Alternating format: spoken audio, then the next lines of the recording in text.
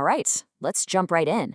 We're going to explore a really incredible idea today: how a major physical setback, something you'd think is purely negative, can actually trigger a profound new way of thinking. This isn't just a story about getting better, it's about a complete system upgrade for the mind. So let me start by asking you this. What if those big, disruptive moments in your life aren't just random chaos? What if they're actually scheduled? Like a necessary update designed to interrupt your usual programming and install a brand new operating system? That's the core idea we're going to unpack. And this whole journey kicks off with exactly that: a sudden, total, and completely unexpected system interrupt. The kind that forces everything to just stop. It all started with a broken leg. I mean, talk about a full stop. It brought the daily grind to a screeching halt. No more running around, no more routines, just a forced, unavoidable pause. But this, right here, is where the story pivots from being about a simple accident to something so much deeper. So check this out. This slide shows two totally different ways of looking at the exact same event. On the left, you've got our standard, rational thinking. An accident is just bad luck, right? It's random, a pain, a disruption to getting things done. But look at the right side. In the governance framework, this isn't random at all. It's a governance-engineered entry. It's seen as necessary friction that creates an incubation environment. Think of it less like a system crashing and more like a mandatory but essential system update. So what on earth happens inside this new incubation environment? Well, this forced pause didn't just lead to boredom. It led to the spark of a brand new idea, and a really powerful metaphor for understanding how ideas work. During this healing time, two seemingly random things popped up. First, a book called Where Good Ideas Come From, which is all about the mechanics of innovation. And second, this very practical, almost out of nowhere idea: making soap. On the surface, what do those two things have to do with each other? And this brings us to the central metaphor for this entire way of thinking: the pomegranate. Just like this fruit, every single idea, every piece of information has different layers. It's got that outer peel, and it's got the incredible juice hidden deep inside. The real work isn't just finding the fruit, it's figuring out how to get to the juice. Okay, this slide really gets to the heart of it. On the left, we have the peel, also called a sidq. This is the useful surface-level data, the what. A soap recipe is a perfect example. It's true, it's functional, it works. That's the peel. But on the right, we've got the juice, or al-haq. This is the deeper, universal truth, the why. It's not about the soap itself, it's about the underlying principle of purification.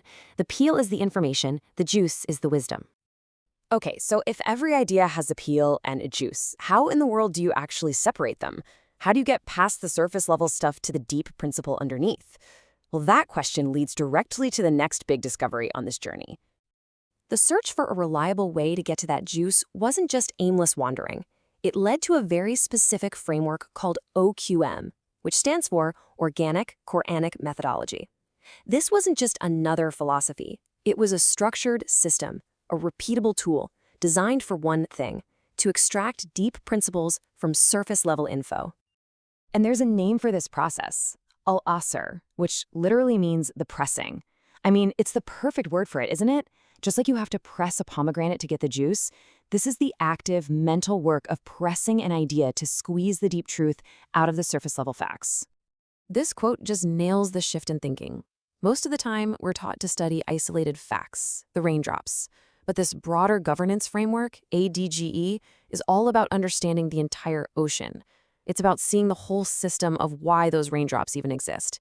It connects the dots from the specific to the universal. But, just discovering a system isn't enough. A powerful framework is pretty useless if you can't actually use it or share it with anyone. So the next step was to make it operational, to build it into a functional, understandable operating system. And what's amazing is that the personal journey itself mapped perfectly onto the framework's own 7 stages of guided learning. Step 1, awareness, realizing OQM was too complex for most people. Step 2, connecting, linking the physical idea of soap with the metaphysical idea of OQM. Step 3, processing, using that pomegranate metaphor. The environment was the forced healing time. You can see how the personal experience became a live demonstration of the system itself. This table just lays it all out, the 2 different mindsets. On the left, rational thinking sees a material world where the goal is basically profit and data is just raw info, the peel. But governance technology sees reality as an nufs-centric incubator, which is basically a fancy way of saying it's a learning environment for our own growth. Here, the goal isn't profit, it's cognitive development, and the data that matters isn't the raw peel, but that pressed juice, the deep underlying truth. Now, any good operating system needs clear rules to function, right? That's where the 10 elements of Dean came in to provide that structure. For example, it set clear terminology, so instead of vague ideas, you have structured packets of information. It established rules, like the pressing process we just talked about, and it created procedures, like the 7 stages, to serve as the actual algorithm for learning. And here's the truly amazing part. This entire journey, from a broken bone all the way to a new cognitive framework, can be summed up in a single powerful equation. This is where all the pieces really click into place. Okay, first, let's define our terms. U stands for universe. This is all the raw material and resources you're given to work with.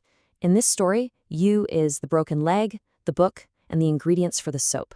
It's the literal stuff of your reality. Next up is D for Dean. This isn't the raw material, this is the established order. It's the governance protocol you apply to that raw material. So D is the OQM framework, the pomegranate metaphor, the 7 stages. It's the system of meaning you use. And finally, we have E for essence. This is the ultimate output. It's not the physical product, but the meaningful, eternal value that gets created. It's the wisdom, the cognitive growth, the purified knowledge that actually lasts. And here it is, the master equation that ties it all together. Essence equals universe times Dean squared. E equals U times D squared. It's such a simple formula, but its implications are absolutely profound. So why is that D squared so important? Well, think about it. If you just take your raw materials, your U, and apply basic thinking, it's like multiplying by 1. You get a useful product, like a bar of soap. That's great. But when you apply a deep governance framework, when you really press for the juice, you are squaring the value of your effort.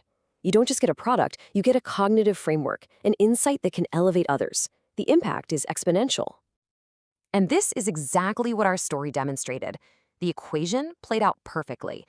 A broken leg, which started out as what seemed like random entropy, was processed through a governance framework and transformed into essence, a whole new cognitive architecture, a new way to see the world.